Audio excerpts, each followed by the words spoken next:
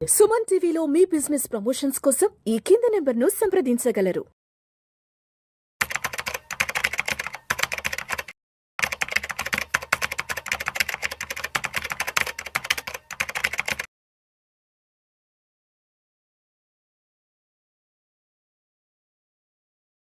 నమస్తే, welcome to Vishnu talks. నేను మీ విష్ణు. ప్రస్తుతం నాతో పాటు senior stock market analyst either Ramakrishna గారు ఉన్నారు. వారితో మాట్లాడదాం.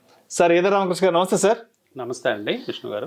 ఈదర్ రామకృష్ణ గారు, welcome to Vishnu talk. Sir, so ఇప్పుడు ఒకసారి గోల్డ్ అండ్ సిల్వర్ విషయానికి వస్తే, లాస్ట్ 6-7 months అంతా కూడా మార్కెట్ చాలా ప్రతికూలంగా బిహేవ్ చేసింది కాబట్టి బంగారం వెండి ధరలు కూడా విపరీతంగా పెరిగిపోయాయి కాబట్టి, సో ఇప్పుడు ఈ 2025-26 ఆర్థిక సంవత్సరంలో మరి మార్కెట్లు ఎటువంటి పెర్ఫార్మెన్స్ ఇచ్చే అవకాశం ఉంది, ఆ పెర్ఫార్మెన్స్ని బట్టి అండ్ గోల్డ్ అండ్ సిల్వర్ ధరలు కూడా ఎలా ఉండబోతున్నాయి అంటారు? అండ్ ఇప్పటికే 24 carats ఆల్మోస్ట్ 10 grams 90,000 క్రాస్ అయిపోయింది. అది కూడా ఆల్ టైమ్ హై వెళ్ళిపోయింది.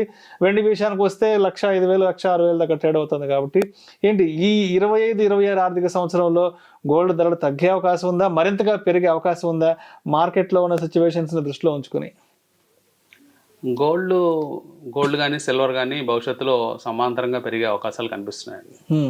ఎందుకంటే ఇదివరకు సిల్వర్ కనుక చూస్తే అండర్ పర్ఫార్మెన్స్ కనిపించేది. ఇప్పుడు మీరు 10 years డేటా తీసుకున్నట్లయితే గోల్డ్కి సిల్వర్కి దాదాపుగా 3% ఆఫ్ యావరేజ్ రిటర్న్ అనేది తేడా ఉండేది. సపోజ్ గోల్డ్ 10 yearsలో యావరేజ్ 9.8 ఇస్తే సిల్వర్ 6.8-7 ఆ ప్రాంతాల్లో ఉండేది దాని return. So gold out performance అనేది చాలా సంవత్సరాల నుంచి కొనసాగుతున్న అంశం. సో సిల్వర్ అండర్ పర్ఫార్మెన్స్ అనేది గత డెకేడ్లో కనిపించినప్పటికీ లాస్ట్ 5 years డేటా కనుక తీసుకున్నట్లయితే సిల్వర్ కూడా ఈక్వల్ పర్ఫార్మెన్స్ గోల్డ్తో సమాంతరంగా ఇస్తూ ఉంది. So gold 13% average return last 5 yearsలో గోల్డ్లో రిటర్న్ వచ్చింది. అట్లాగే లాస్ట్ 1 yearలో తీసుకుంటే 35% నుంచి 40% రిటర్న్ గోల్డ్ సిల్వర్లో కనిపించింది.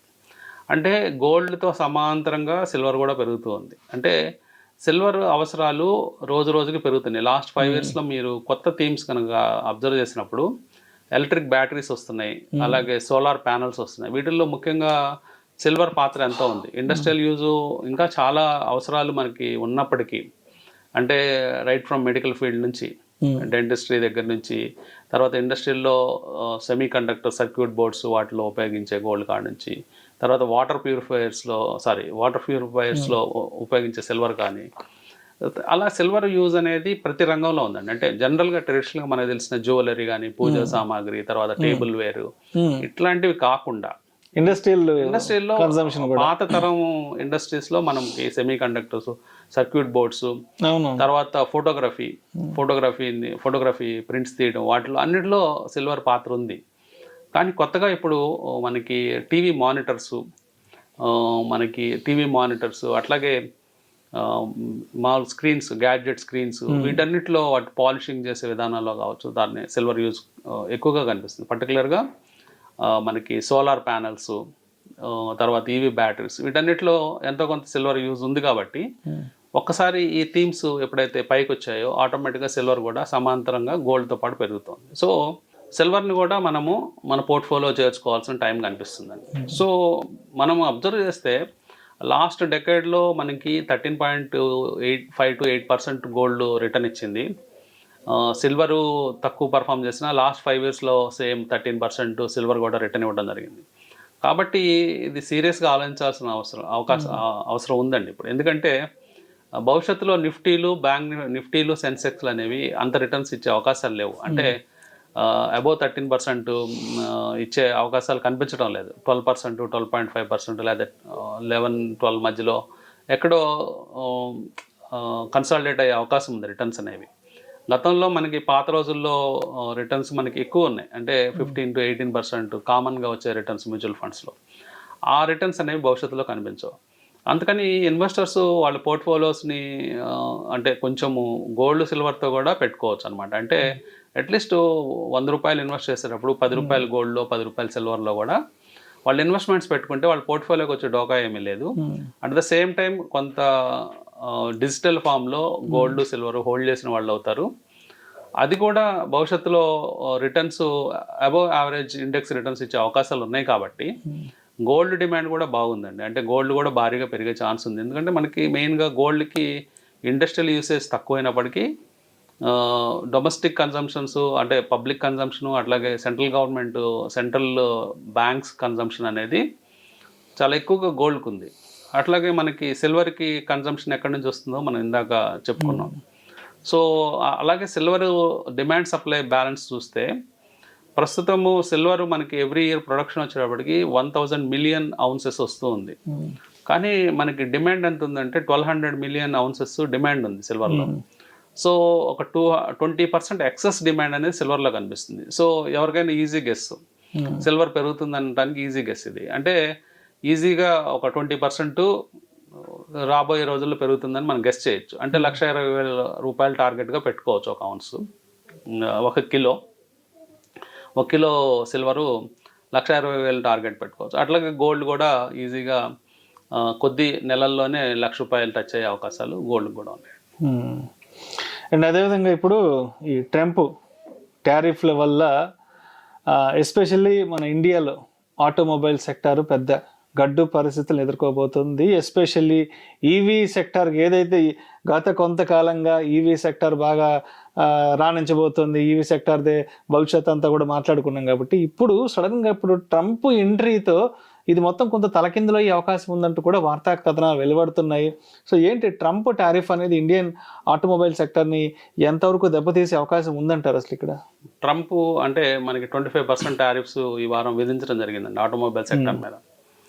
దాంట్లో మెయిన్గా ఆటో కాంపోనెంట్స్ సప్లై చేసే కంపెనీస్, ఆటో సాఫ్ట్వేర్ సప్లై చేసే కంపెనీస్ బాగా సఫర్ అయ్యే అవకాశం ఉంది. అంటే వీటిలో ముఖ్యంగా సోనా BLW కానీ, లేకపోతే సంవర్ధన్ మదర్సన్ సుమి, తర్వాత టాటా ఎల్ఎక్సీ, ఐషర్ మోటార్స్, ఇట్లాంటివన్నీ కూడా బాగా సఫర్ అయ్యే అవకాశం ఉంది రాబోయే రోజుల్లో. అది అంటే షార్ట్ టర్మ్ ఫినామినాగా చెప్పుకోవచ్చు. ఎందుకంటే మనము యుఎస్కి డిపెండెన్సీ మనకి ఒక 30% ఆఫ్ ఆటోమొబైల్ ఎక్స్పోర్ట్స్ మనం చేస్తాము. అంటే అప్రాక్సిమేట్గా $25 బిలియన్ ఆటో ఎక్స్పోర్ట్స్ ఉంటే దాంట్లో 6.79 బిలియన్స్ మాత్రమే మనం యూఎస్కి చేస్తాం. అంటే ఈ టారిఫ్స్ అనేది ఆ పోర్షన్కి మాత్రమే పడుతుంది. కానీ ఈ కంపెనీస్కి వాటిలో మార్జిన్ అనేది డెఫినెట్గా ఎఫెక్ట్ అవుతుందండి. అంటే మార్జిన్ అనేది కొంచెం తగ్గుతుంది ఈ సంవత్సరం నుంచి. సో దాన్ని వాళ్ళు ఎట్లా ఓవర్కమ్ అవుతారు, ఎట్లా వాళ్ళు దాన్ని ఓవర్కమ్ చేసుకొని అంటే వేరే కంట్రీస్కి స్ప్రెడ్ అయ్యి అంటే ట్యాక్స్ బాధలు లేని కంట్రీస్కి వాళ్ళు ఎక్కువ ఎక్స్పోర్ట్ చేస్తారనేది. అంటే ఒక క్రైసిస్ని కనుక ఆపర్చునిటీ మార్చుకునే కంపెనీస్ చాలా ఉంటాయి. ఇవి కూడా చాలా స్ట్రాంగ్ కంపెనీస్. మనం ఇప్పుడు డిస్కస్ చేసిన కంపెనీ సోనా BLW కానీ, మదర్సన్ సుమి కానీ. సో వాళ్ళు వేరే కంట్రీస్ మీద ఫోకస్ చేసే అవకాశం ఉంది. ఈ క్రైసిస్ని ఒక ఆపర్చునిటీ తీసుకొని కొత్త మార్కెట్స్ ఎత్తుక్కునే అవకాశం ఉంది. కానీ ఇక్కడ కొత్త మార్కెట్స్ ఎత్తుక్కునే ప్రాసెస్లో అసలు ప్రాబ్లం ఏంటంటే చైనా వాళ్ళ వెహికల్స్ చాలా చౌక ధరల్లో చాలా అంటే తక్కువ రేట్లకి అవైలబుల్ ఉన్నాయి. చైనా నుంచి వస్తున్న పెద్ద ప్రాబ్లం ఏంటంటే మనం BYD వెహికల్స్ మార్కెట్లో చూస్తున్నాం. సో ఒక BYD బేసిక్ వర్షన్ వెహికల్ని మనకి యుఎస్లో 1/3 ప్రైస్కి, టెస్లా బేసిక్ వర్షన్కి 1/3 ప్రైస్లో వాళ్ళు ఇవ్వడం చూస్తున్నాం. అంటే ఎంత కాంపిటేటివ్ రేట్లో వాళ్ళు ఇవ్వగలుగుతున్నారు. ఈవెన్ ట్రంప్ దాని మీద ఇప్పుడు 100% టారిఫ్ వేసినా కానీ వాళ్ళు ఇంకా చౌకగానే ఇవ్వగలుగుతారు. అదొక అడ్వాంటేజ్ చైనా కంపెనీస్కి ఉంది.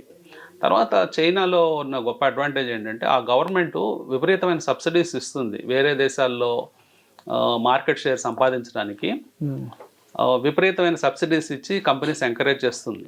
అది కూడా వేరే దేశాల్లో, మన దేశంలో అలా ఉండదు. మన దేశంలో అంత సబ్సిడీ ఇచ్చే గవర్నమెంట్ కాదు మనది. వాళ్ళ పర్ఫార్మెన్స్, వాళ్ళ స్ట్రెంత్ మీద పోరాడి గెలవాల్సిన ఇక్కడ పరిస్థితి కనిపిస్తుంది.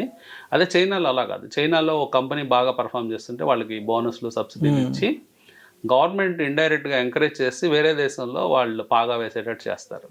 సో BYD మనకి తెలంగాణ కూడా వస్తున్నట్టు మనం వార్తలు వింటూ ఉన్నాం. సో పెద్ద ప్లాంట్ వస్తుంది, 12 బిలియన్ ప్లాంట్ వస్తుంది BYD. సో ఇండియన్ మార్కెట్ని మొత్తము స్వీప్ చేసి పడేసే అవకాశాలు BYD ద్వారా ఉన్నాయి.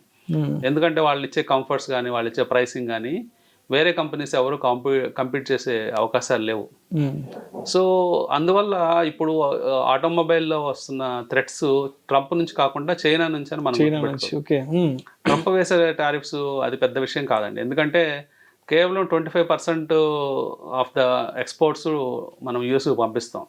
దానివల్ల పెద్ద నష్టపోయేది ఏమి కనిపించడం లేదు. కానీ చైనా వచ్చి మొత్తం మార్కెట్ని డిస్రప్ట్ చేసే అవకాశాలు చాలా క్లియర్గా ఈ సంవత్సరంలో కనిపిస్తున్నాయి. చాలా ఆటోమొబైల్ స్టాక్స్ సఫర్ అయ్యే అవకాశాలు కూడా కనిపిస్తున్నాయి. వీళ్ళు ఈ లోపలే స్ట్రెంగ్తన్ అయ్యి ఇండియాలో డొమెస్టిక్గా మనకి సేల్స్ పెంచుకునే కంటే ఇది విదేశాల్లో సేల్స్ పెంచుకునే అవకాశాలను ఎత్తుక్కోవాలి. లైక్ ఆఫ్రికన్ కంట్రీస్ కావచ్చు, లేకపోతే సౌత్ అమెరికన్ కంట్రీస్ కావచ్చు, అక్కడ మార్కెట్స్ని ఎత్తుక్కొని European countries, eastern European countries, ఇట్లాంటి కంట్రీస్లో మన మార్కెట్స్ని ఎత్తుక్కొని వీళ్ళు బలపడాల్సిన అవసరం ఉంది.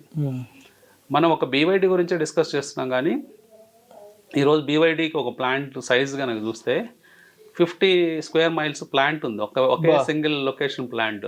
అంటే అది ఒక శాన్ ఫ్రాన్సిస్కో సైజులో ఉంటుందని స్టేట్ అంతా మనం చూస్తున్నాం న్యూస్లో.